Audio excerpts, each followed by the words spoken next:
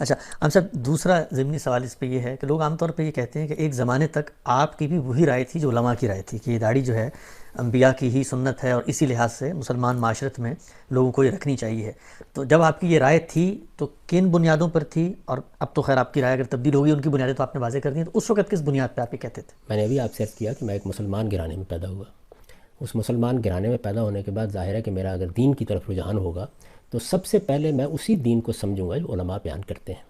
میرے زمانے میں میرے قریب جو اہل علم ہوں گے، جن کی کتابیں میں پڑھوں گا، جو کچھ وہ کہیں گے اسی کو اختیار کروں گا نا. اب ایک صورت یہ ہے کہ آپ نے وہ پڑھ لیا، آپ نے وہ جان لیا، آپ اسی پر زندگی میں قائم رہے، دنیا سے رخصت ہو گئے. میں نے بدقسمت یہ فیصلہ کر لیا کہ نہیں، میں ایک ایک چیز کو جانچوں گا. اسی لیے میں اپنے کام کے بارے میں بھی ہمیشہ یہ کہتا ہوں کہ یہ مسلمانوں کے مذہبی فکر کی ریکنسٹرکشن کا کام ہے. یعنی مجھے یہ طے کرنا تھا کہ کیا جو کچھ بیان کیا گیا ہے میں اس کو قبول کر لوں یا میں اس سارے ذخیرے کا دوبارہ جائزہ لوں. تو یہ جائزہ لینے کا عمل ظاہر ہے کہ برسوں میں مکمل ہوا ہے. تو اس دوران میں کسی غار میں نہیں چلا گیا تھا، فارغ بھی نہیں بیٹھ گیا تھا. جو کچھ بھی دین تھا اس کو میں بیان بھی کرتا تھا، یعنی جو سمجھا تھا میں نے، اور اس دین پر عمل بھی کرتا تھا. جیسے جیسے کسی چیز کی غلطی واضح ہوتی چلی گئی میں نے اس کو بیان بھی کرنا شروع کر دیا اور لکھ بھی دیا. تو مجھے یہ بتائیے کہ اس سے مختلف کیا صورت ہوگی؟ اگر کل کو کوئی لوگ تحقیق کریں گے تو وہ بھی یہیں سے شروع کریں گے. آپ کے جو جلیل القدر ائمہ ہیں ان سب نے اپنی زندگی کی ابتدا یہیں سے کی.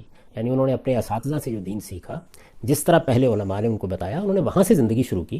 اس کے بعد تحقیق کا عمل جاری ہوا. اگر ایسا نہ ہوتا تو مجھے یہ بتائیے کہ یہ امام شافعی جو امام مالک کے بھی شاگرد ہیں اور امام محمد کے بھی شاگرد ہیں، اس کے بعد وہ مکے میں تھے تو ان کی اور آراء تھی، وہ جب بغداد میں آئے تو ان کی اور آراء تھیں، وہ مصر میں گئے تو اور آراء تھیں. یہ کیوں ہوا؟ اس لیے کہ ایک زندہ انسان کی طرح وہ لوگ تحقیق کرتے تھے. ہم نے اس کا دروازہ بند کر رکھا ہوا ہے.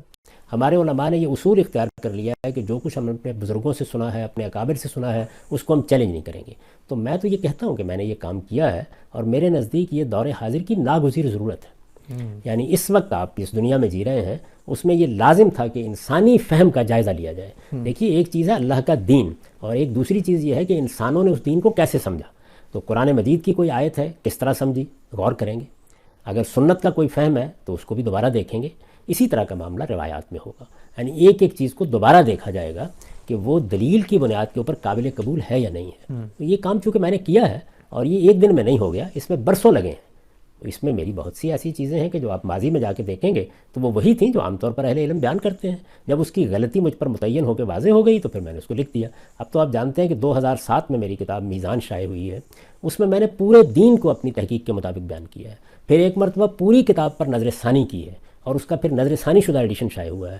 اگر آپ غور کر کے دیکھیں تو خود اپنی تحقیقات پر نظر ثانی کرتے ہوئے میں نے بہت سی چیزوں میں تبدیلیاں کی.